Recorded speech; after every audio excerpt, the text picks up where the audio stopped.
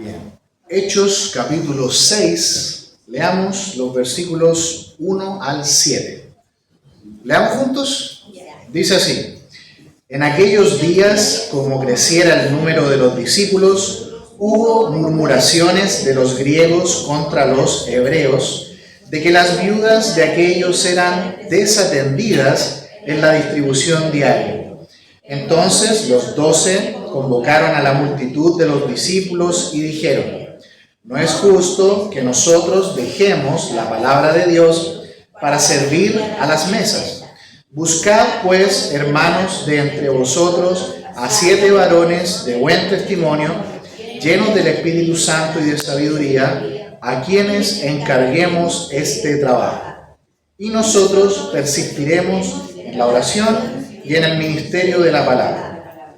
Agradó la propuesta a toda la multitud y eligieron a Esteban, varón lleno de fe y del Espíritu Santo, a Felipe, a Prócoro, a Nicanor, a Timón, a Parmenas y a Nicolás, prosélito de Antioquía, a los cuales presentaron ante los apóstoles, quienes orando les impusieron las manos. Y crecía la palabra del Señor, y el número de los discípulos se multiplicaba grandemente en Jerusalén. También muchos de los sacerdotes obedecían a la fe. Oremos.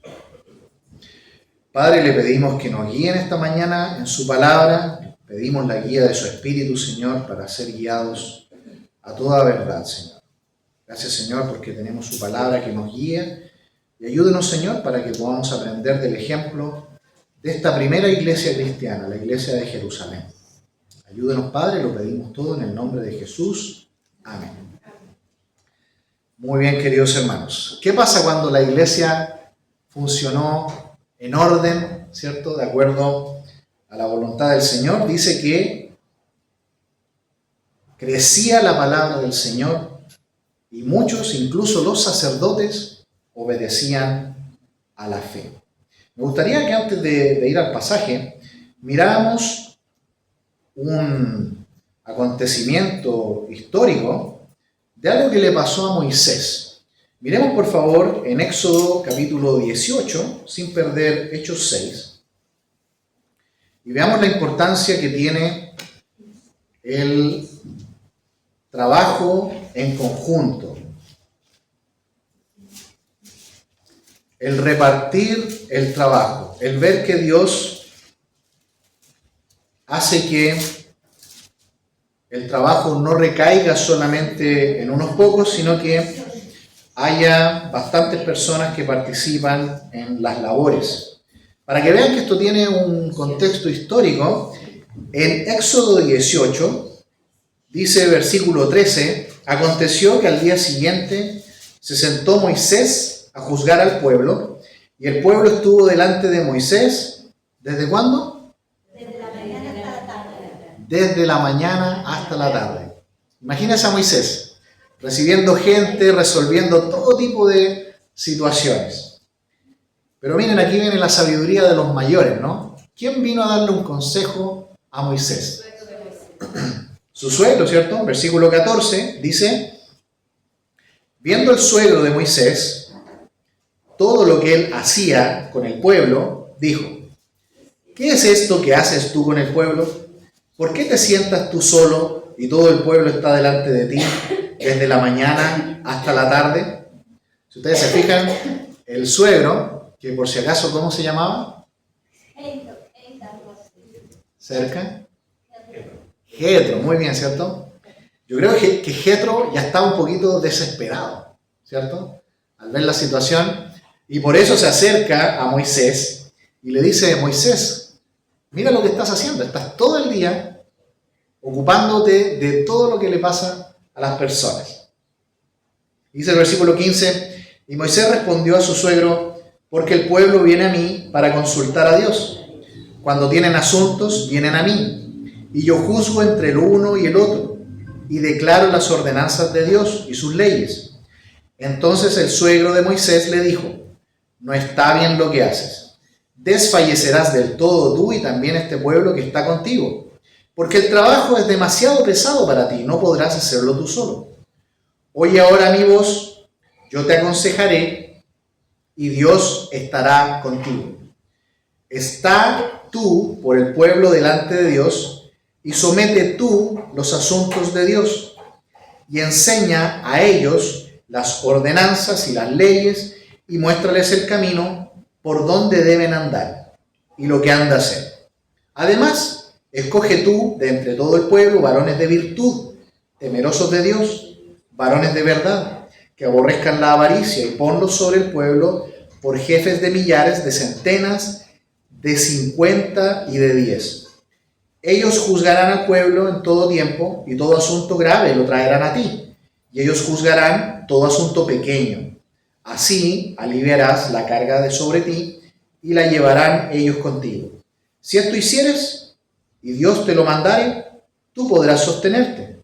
Y también todo este pueblo irá en paz a su lugar.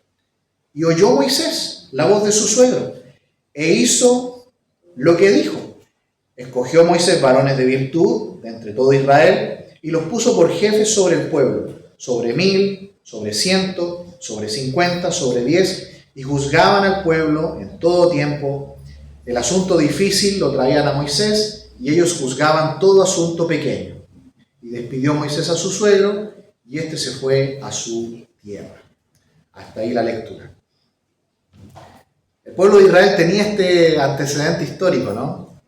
De no llenarse de cosas, sino que de que se pueda administrar mejor cuando las tareas se comparten. Y aquí nosotros podemos ver que ocurrió una situación cuando la iglesia estaba comenzando. ¿Cuál fue el problema que apareció al principio acá, en la iglesia? El primer problema que se menciona. ¿Quiénes estaban siendo desatendidas, según el pasaje? Las viudas estaban siendo desatendidas. Los apóstoles, al principio, si ustedes notan, los líderes recibían las ofrendas. Ellos recibían todo y ellos se dedicaban, ¿cierto?, a repartir los recursos para ayudar a las personas. Si nosotros retrocedemos un poquito al capítulo 4, miremos versículo 34, Hechos 4, 34, dice: así que no había entre ellos ningún necesitado, porque todos los que poseían heredades o casas las vendían y traían el precio de lo vendido y lo ponían ¿dónde? ¿A los pies de quién? De los apóstoles. Y se repartía a cada uno según su necesidad. Es decir, los apóstoles, los líderes, recibían todas las ofrendas y luego se iban repartiendo. Pero de acuerdo a lo que vamos a ir viendo, recuerdan que hemos dicho que la Biblia es una revelación progresiva, ¿cierto? Es como una puerta que se va abriendo poco a poco. Y al final se muestra la revelación completa de Dios, que es la persona de Cristo. Siempre se va desarrollando la enseñanza, se va desarrollando cómo se va a ir estructurando la iglesia. Si ustedes se fijan, la iglesia en este momento, su fuerte no está en la estructura. Todavía no hay un organigrama bien esquematizado. Están los apóstoles y está la iglesia. ¿No es así?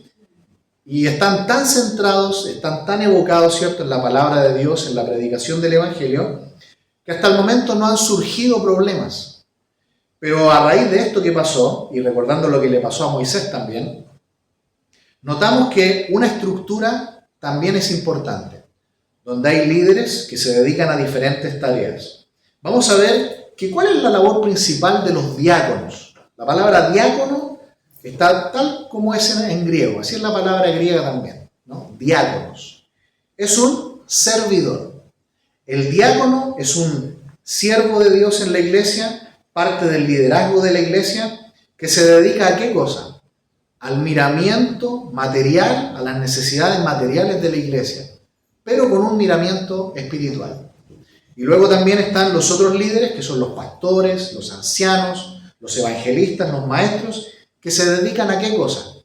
No a las cosas materiales principalmente de la iglesia, sino a qué parte de la iglesia. A evangelizar. a la parte espiritual de la iglesia, ¿cierto? La evangelización, la enseñanza, la oración, la visitación, la palabra de Dios.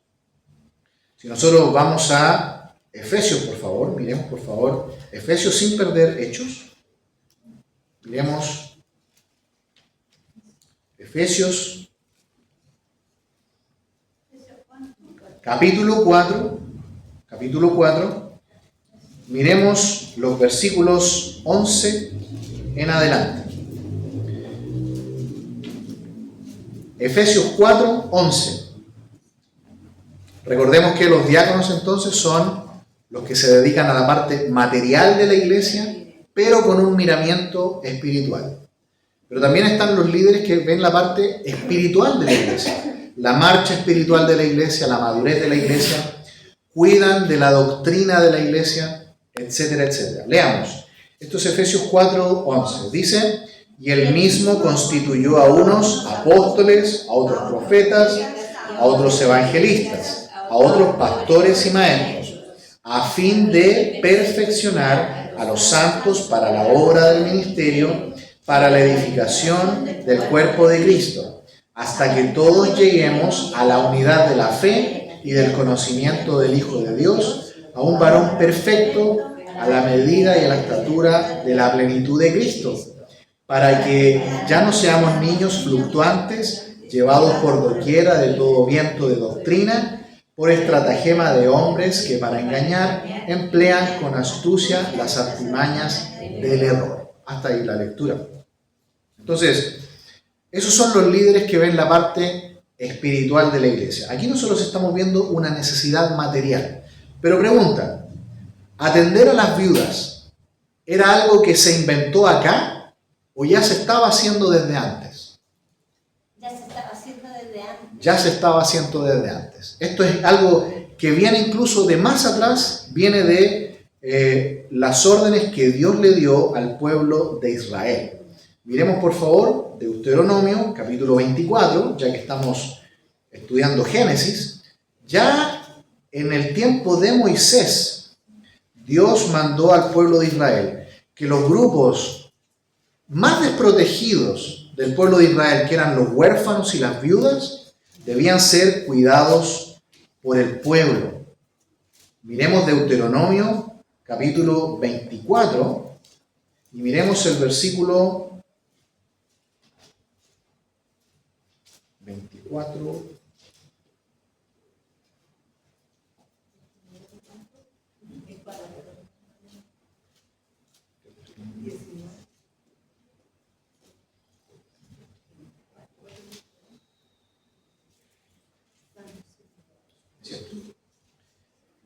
Versículo 19.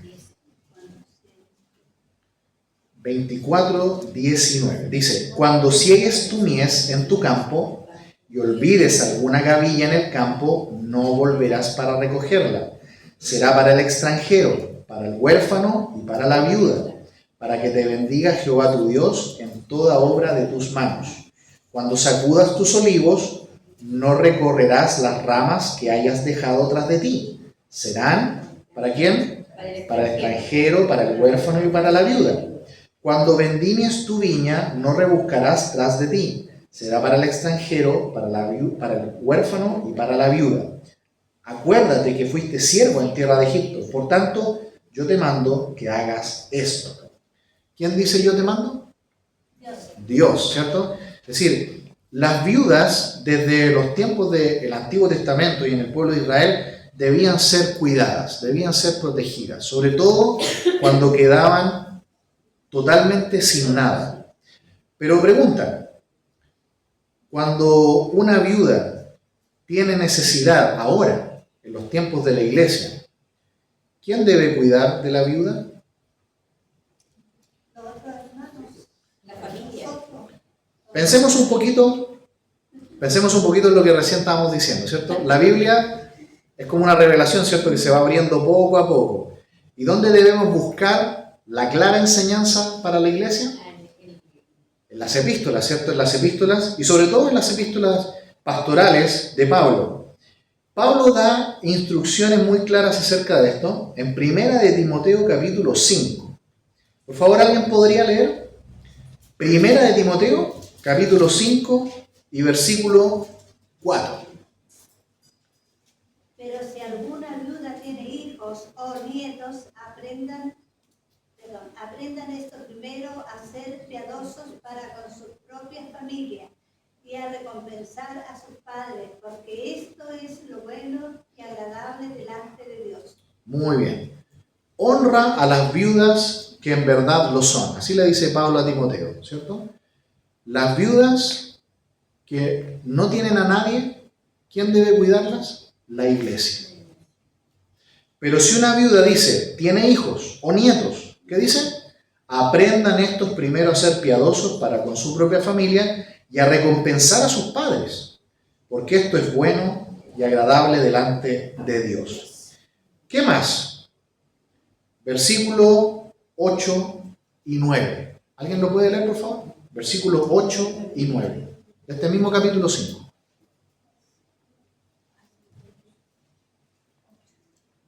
5:8. Porque si alguno no provee para los suyos, y mayormente para los de su casa, ha negado la fe y es peor que un incrédulo. Sea puesta en la lista solo la viuda, no menor de 60 años, que haya sido esposa de un solo marido. Muy bien. Dice, si alguno no provee para los suyos y mayormente para los de su casa, ¿qué dice? Ha negado la fe y es peor que un incrédulo, dice. Es decir, las viudas que tienen familia, la iglesia no se debe hacer cargo de ellas, según lo que dice acá, sino que, ¿quién es? La familia. Esto no quiere decir que la iglesia igual no pueda ayudarlas, ¿cierto? Cuando una viuda no tiene familia, sin duda que la iglesia debe ayudarla, debe hacerse cargo, según lo que vemos acá. Pero si la viuda tiene familia, debe hacerse cargo, porque aquí dice que si una persona no provee para su familia, es peor que un incrédulo. ¿Pero qué dice? Sea puesta en la lista solo la viuda menor, no menor de 60 años, que haya sido esposa de un solo marido. Así que las viudas que eran cuidadas acá, volviendo ahora sí a Hechos 6, y que estaban siendo desatendidas, recordando lo que decíamos al principio de la Reina Valera 1909, en esa versión dice, las viudas eran menospreciadas. Las estaban dejando de lado. Este tipo de viudas que la iglesia estaba ayudando.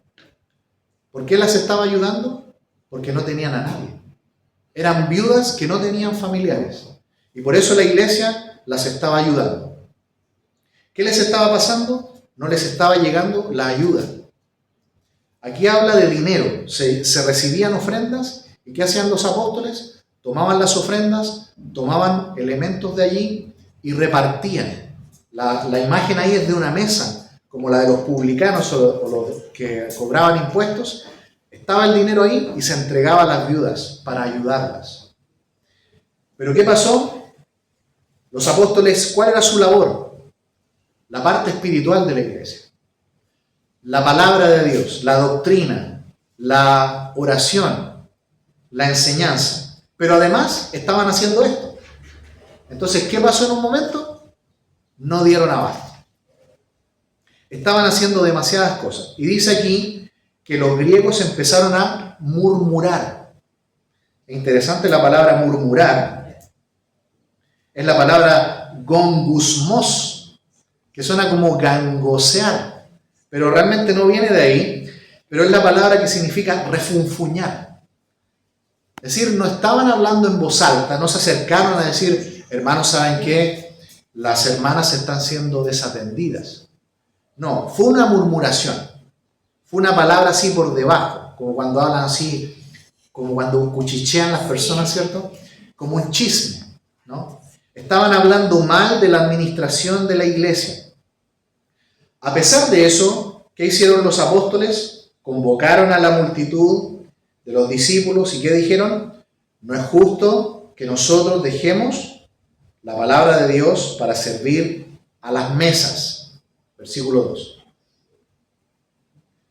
Cuando dice servir las mesas, no se refiere a que ellos llevaban platos con comida, ¿cierto? Eso es como lo que uno a lo mejor se imagina cuando dice servir las mesas.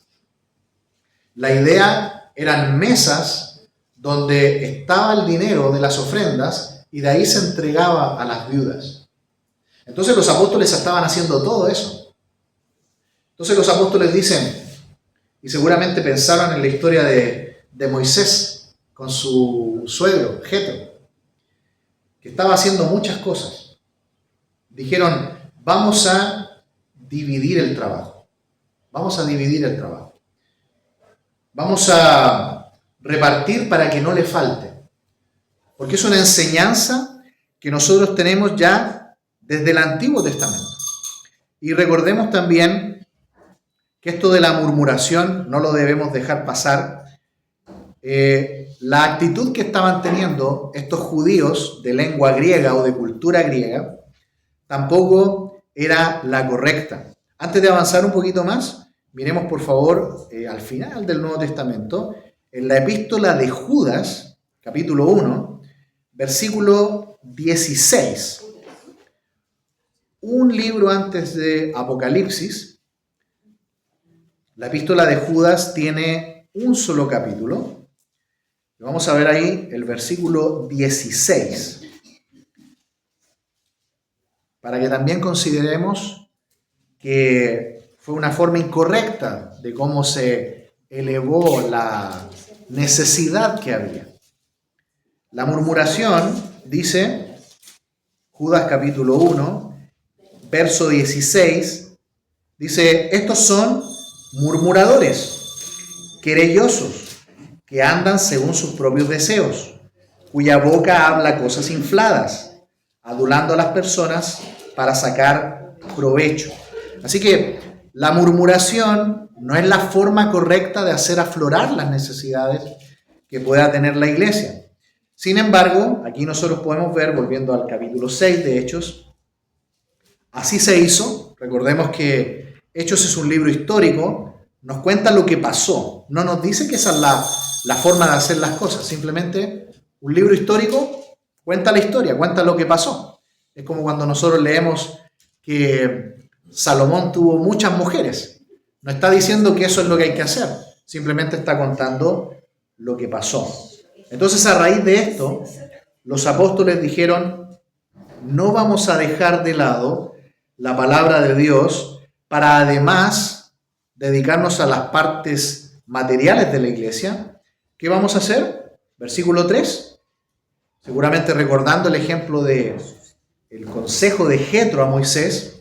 Buscad pues, versículo 3, hermanos, de entre vosotros, a 7 varones de buen testimonio, llenos del Espíritu Santo y de sabiduría, a quienes encarguemos este trabajo. ¿Recuerdan que Jetro también le dio un consejo parecido a Moisés? Busca varones con estas cualidades muy parecidas. Y nosotros, versículo 4, persistiremos en la oración y en el ministerio de la palabra. Aquí nosotros tenemos un ordenamiento, ¿cierto? Un ordenamiento sano, un ordenamiento correcto. Están los líderes que, de acuerdo a Efesios 4, son los líderes que se dedican a la palabra de Dios, a la oración, a proteger la doctrina de la iglesia, al discipulado, a la evangelización. Y por otro lado, están los diáconos, que trabajan en todas las labores materiales de la iglesia. Ahora, recordemos que esto no significa que un día un pastor o un anciano, o un evangelista o un maestro, no pueda hacer alguna labor de diácono. Puede hacerlo. Esto tampoco significa que un diácono algún día no puede predicar o evangelizar. Si ustedes se fijan, en el capítulo 7 de Hechos, Esteban, que fue uno de los 7 diáconos elegidos, aquí en el capítulo 6, da un largo sermón en el capítulo 7, prácticamente todo el capítulo 7 es la palabra de Esteban. Son prácticamente más de 50 versículos donde Esteban habla. Solamente de Jesús tenemos un sermón tan largo como este. Y Esteban era un diácono. Pero ¿cuál es la función principal de cada uno? Ese debe ser su énfasis. El diácono se dedica a las cosas materiales de la iglesia con un miramiento espiritual, y los ancianos, los pastores, los maestros se dedican a la evangelización, a la oración y a la palabra de Dios. Porque cuando esto se hace, ¿qué ocurre? Versículo 7, ¿qué dice? Crecía la palabra del Señor y el número de los discípulos se multiplicaba grandemente en Jerusalén. También muchos de los sacerdotes obedecían a la fe. Así que, hermanos, hay bendición cuando los líderes que ven la parte espiritual se dedican a eso, y los líderes que ven la parte material de la iglesia se dedican a eso. ¿Hay bendición? Sí, hay bendición. La palabra de Dios se expande más y muchas personas llegan al conocimiento de la fe. Cuando en una iglesia hay desorden, no va a pasar eso. Por lo tanto, aprendamos de aquí del buen ejemplo de la primera iglesia. Buscaron jóvenes, buscaron varones de buen testimonio, llenos del Espíritu Santo. ¿Qué significa ser lleno del Espíritu Santo? ¿Alguien, por favor, podría leer Efesios capítulo 5 y versículo 18? Efesios 5, 18. No os embriaguéis con vino, en lo cual hay disolución. Antes bien, sed llenos del Espíritu. Muy bien. Pablo hace un contraste para darnos a entender qué significa una persona llena del Espíritu Santo. Alguien lleno del Espíritu Santo es todo lo contrario a una persona que está en estado de ebriedad, ¿cierto? Ahí está el ejemplo. No embriaguéis con vino, en lo cual hay disolución, antes bien sed llenos del Espíritu Santo. Es decir, una persona llena del Espíritu Santo es una persona controlada por el Espíritu Santo, guiada por el Espíritu Santo, un hombre de sabiduría, un hombre de buen testimonio, un hombre que conoce la palabra de Dios, un hombre de oración. Y como vamos a ver más adelante, en 1 de Timoteo capítulo 3, Pablo ya da una lista de requisitos para los ancianos, una lista de requisitos para los diáconos. Incluso dice, sean puestos a prueba.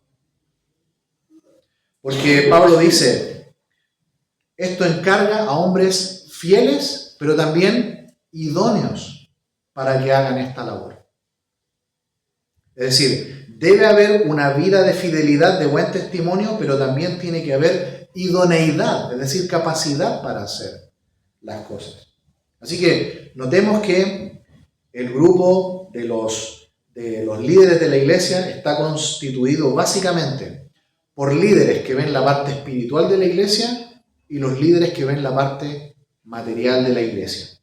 ¿Cuándo son ordenados por primera vez los ancianos? El grupo de los líderes que ve la parte espiritual, porque hasta aquí son principalmente los apóstoles, ¿cierto?, que quedaron luego de la ascensión de Cristo. ¿Cuándo son ordenados al ministerio por primera vez los ancianos? Vamos al capítulo 14 de Hechos, versículo 23. Un poquito más adelante. ¿Alguien que lo pueda leer? Hechos 14, 23.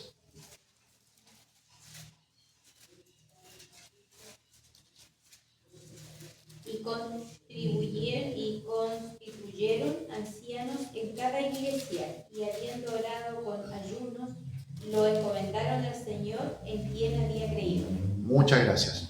Ahí tenemos entonces a los ancianos, ¿no? Es la palabra presbíteros. Los ancianos son el grupo que de alguna manera encierra a todo el grupo de líderes que ven la parte espiritual de la iglesia. Y notemos que les impusieron las manos.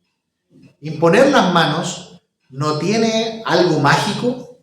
Imponer las manos significa simplemente algo simbólico, donde un grupo de líderes le traspasa a otros la confianza, la autoridad y el apoyo para que hagan una labor. Si nosotros ahora miramos en el capítulo 13 de Hechos, miremos qué se hizo cuando la iglesia de Antioquía, la segunda iglesia cristiana, envió por primera vez a un grupo de misioneros para fundar iglesias. Ahí estaba Pablo y Bernabé. Recordemos que Pablo es prácticamente el fundador de la mayoría de las iglesias del Nuevo Testamento, salvo por supuesto algunas excepciones como la iglesia en Roma, la iglesia de Colosas. No todas las iglesias las fundó Pablo.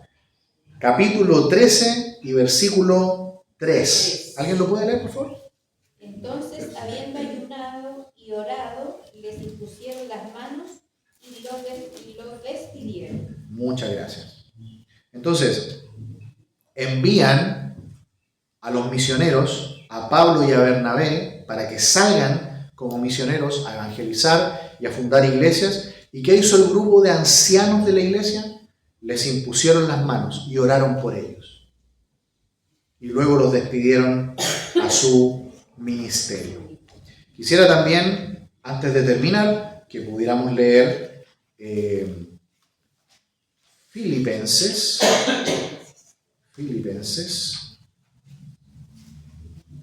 capítulo 1,